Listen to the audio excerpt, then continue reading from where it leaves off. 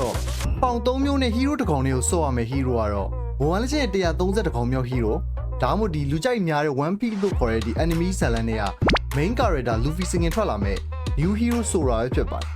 ဆိုတော့ဒီ hero ရဲ့ skill ဘယ်လိုရှိလဲကျွန်တော်ကြည့်လိုက်အောင် okay ဆိုတော့ new hero ဆိုတာရဲ့ HP ဘိုင်းအောက်မှာ passive stat 5ခုပါတယ် enemy တယောက် damage တစ်ချက်ထိလိုက်တာနဲ့ stat တစ်ခုတက်လာမှာဖြစ်ပြီးတော့ stat 5ခုပြည့်သွားမယ်ဆိုလို့ရှိရင် ultimate သုံးလို့ရမှာဖြစ်ပါတယ် skin 1ရှေ့ကို2ချက်ထိုးပြီးတော့နောက်တစ်ချက် ring လက်သီးကို dash ပြီးတော့ထိုးမယ်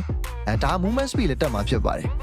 skin 2ကတော့ရှေ့ကိုခုန်ပြီးတော့မြေကြီးကိုထိုးတဲ့ပုံစံဖြစ်သလိုဒါ enemy ကို slow သိမှာဖြစ်ပြီးတော့ skin 2ကို enemy hero ထိအောင်ထိုးမယ်ဆိုလို့ရှိရင် skin 2ကူတော့ကျော်သွားမှာဖြစ်ပါတယ်ဒါမဲ့လည်းဒီ skin 2က wall ကိုကျော်ဖြတ်ပြီးတော့တွားလို့ရမှာတော့မဟုတ်ဘူးultimate က stat 5ခုပြည့်မှသုံးလို့ရမှာဖြစ်ပြီးတော့ ultimate သုံးလိုက်မယ်ဆိုလို့ရှိရင် thunder လို့ခေါ်တဲ့ဒီ lightning form assassin ပုံစံပြောင်းလို့ရသလိုဒီ torrent လို့ခေါ်တဲ့ cloud form တန်းပုံစံလည်းပြောင်းလို့ရမှာဖြစ်ပါတယ်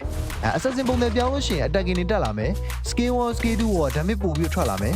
form ပြောင်းပြီးတော့ stat 5ခုပြည့်သွားမယ်ဆိုလို့ရှိရင်လေးဘောကိုခုံပြီးတော့မိုးကြိုးတွေနဲ့ဇက်တိုက်ပစ်တဲ့ပုံစံမျိုးသုံးပါလည်းဖြစ်ပါတယ်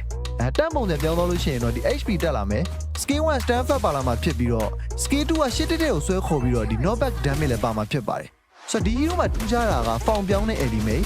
passive stat 5ခုပြည့်လို့ assassin form ပြောင်းမယ်ဆိုလို့ရှိရင် ultimate icon ကိုဘယ်ဘက်ကိုရွှေ့ရမှာဖြစ်ပြီးတော့ stand form ပြောင်းမယ်ဆိုလို့ရှိရင်တော့ ultimate icon ကိုညာဘက်ကိုရွှေ့ရမှာဖြစ်ပါတယ်ဆိုတော့ဒီ hero ကတော်တော်လေးထူးဆန်းတယ်ပြောမယ်ဆိုလို့ရှိရင်ဒီ icon 3ခုထဲနဲ့ဒီ skill 9ခွက်ကို form 3မျိုးရအောင်ထည့်ထားတဲ့ hero လေးဖြစ်ပါတယ်ဆိုတော့လက်ရှိကြည့်နေသူတွေအနေနဲ့ရော new hero ဆိုတာကိုဘယ်လိုမျိုးမြင်လဲတကယ်ပဲ one piece နဲ့ collaboration skin ထွက်လာမယ်လို့ထင်လား comment မှာဝင်ရောက်ဆွေးနွေးပြသလို့ရပါတယ်